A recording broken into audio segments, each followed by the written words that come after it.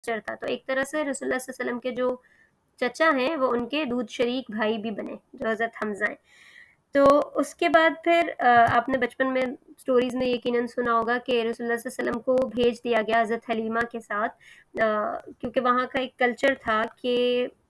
مکہ ایک ایسا شہر تھا جس میں باقی تمام دنیا سے لوگ آ رہے تھے، وہ نارتھ سائڈ سے بھی آ رہے تھے، ساؤتھ سے بھی آ رہے تھے ٹریول کے لیے، تو اس میں پھر یہ ہو جاتا ہے کہ ایک تو وبائیں بہت پھیلتی تھی اس زمانے میں، کہہ لیں کہ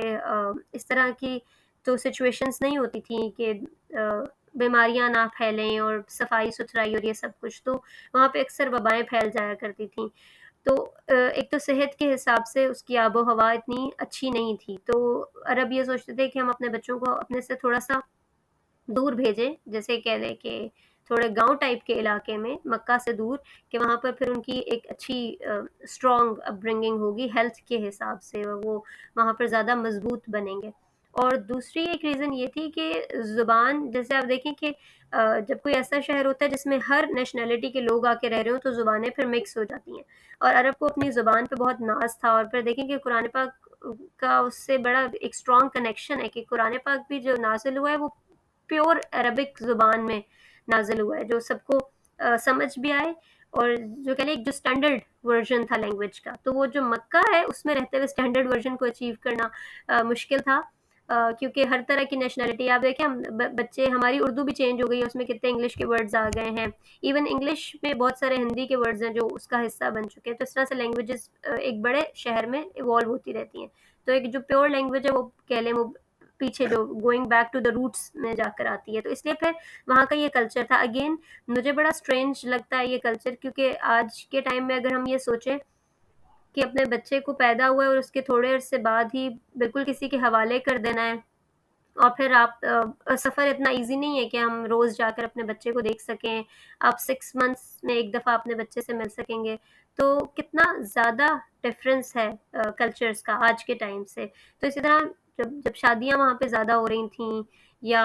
اور ان کے جو رسم و رواج چل رہے تھے جن کو اسلام نے ٹھیک بھی کیا، وہ بڑے ڈفرینٹ تھے آج کل کے ٹائم سے، اس لیے ہمیں کبھی کبھی ان چیزوں کو سمجھنے میں بھی مشکل آ رہی ہوتی ہے۔ ہم کہتے ہیں آخر اللہ تعالیٰ نے اجازت دی ہی کیوں زیادہ شادیوں کی، یا اس طرح سے اور جو مختلف اعتراضات ہو رہے ہوتے ہیں، تو وہ کلچر اس ٹائم کا بڑا ڈفرینٹ تھا، اور اس میں یہ چیزیں لوگوں کو اتنی آکورڈ نہیں لگتی تھی بلکہ ایکسیپٹیبل لگتی تھی۔ تو خیر بات نے یہ کری تھی کہ رسول اللہ صلی اللہ علیہ وسلم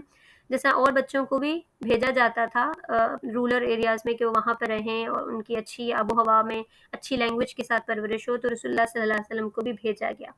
تو کہا یہ جاتا ہے کہ بنو سعد ایک قبیلہ تھا جس کی خواتین آتی تھیں، اور وہ آ کر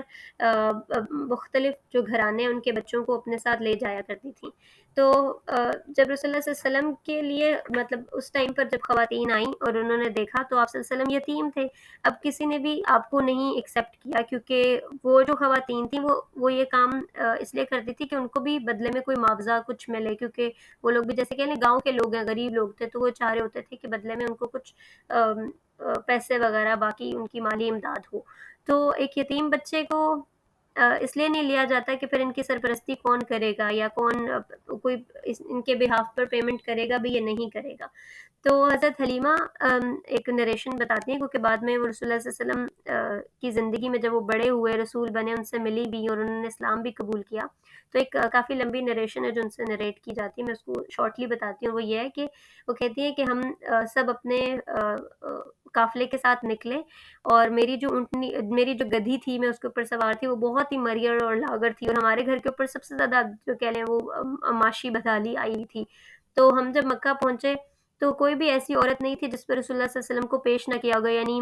ریکویسٹ کی گئی کہ آپ لے لیں، لیکن جو باقی خواتین تھیں ان کے ساتھ جو قافلے میں آئی تھیں، انہوں نے اسی وجہ سے ڈینائی کر دیا کہ ان کی پھر مالی ذمہ داری کون اٹھائے گا۔ حضرت حلیمہ جو ہے وہ ان کو کوئی اپنا بچہ نہیں دے رہا تھا، کیونکہ ان کی اپنی معاشی حالت یا ان کی صحت سے لگ نہیں رہا تھا کہ یہ اچھے طریقے سے بچے کی پرورش کر سکیں گی۔ تو انہوں نے پھر آخرکار اپنے شوہر سے کنسلٹ کیا کہ اچھا پھر وہ جو یتیم بچے ہیں میں انہی کو لے لیتی ہوں، تاکہ ایسا نہ ہو کہ میں جب واپس جاؤں تو میں خالی ہاتھ جاؤں گی، مجھے اچھا نہیں لگے گا۔ تو ان کے شوہر نے کہا کہ ہاں بالکل ایسا ضرور کر لو، اللہ تعالیٰ نے چاہا تو ہمیں اسی میں برکت مل جائے گی۔ تو ان کا کہنا ہے کہ جب میں ان کو لے کر اپنے خیمے میں گئی تو دودھ کی فراوانی ہو گئی اور بچے نے سیر ہو کر پیا، اور اس کے بعد پھر جب وہ قافلے کے لیے دوبارہ چلیں تو تب بھی ان کی وہ جو گدھی پہلے چل نہیں رہی تھی اور قافلے والوں کو کوفت ہو رہی تھی کیونکہ ان کی وجہ سے سلو سلو چڑھنا پڑ رہا تھا اور وہ پیچھے رہ جاتے تھے اور پھر رکنا پڑتا تھا۔ اب وہ گدھی اتنی تیز چل رہی تھی کہ باقی سب سے بھی آگے نکل رہی تھی، اور پھر لوگوں نے پوچھا کہ کیا یہ تمہاری وہی گدھی ہے نا جس پر تم آئی تھی، یا تم نے وہاں پر جا کر چینج کر لی ہے؟ تو پھر ان کا یہ بتانا ہے کہ ہمارا جو پورا علاقہ تھا وہ بہت زیادہ قحط میں تھا، یعنی جب بارش نہیں ہوگی، پھر سبزہ نہیں اگے گا تو بکریوں کو اور باقی جانوروں کو کچھ کھانے کو نہیں ملے گا، پھر دودھ نہیں ہوگا۔ تو وہ کہہ رہے تھے کہ ہم جیسے واپس اپنے گھر میں پہنچے تو ایسے کہ اللہ تعالیٰ نے برکتوں کے انبار لگا دیے، ان کی بکریاں بھی جب چرنے جاتی تھی تو وہ پیٹ بھری بھی واپس آتی تھیں، یہاں تک کہ لوگوں نے کہنا شروع کر دیا کہ جہاں سے ان کی بکریاں چراتی ہیں تم بھی اپنی بکریوں کو وہیں بھیجو، لیکن جب وہ بھیجتے تھے تو باقی لوگوں کی اس طرح سے برکت نہیں ہوتی تھی اور وہ اس طرح سے پیٹ بھرے ہوئے نہیں آتی تھی۔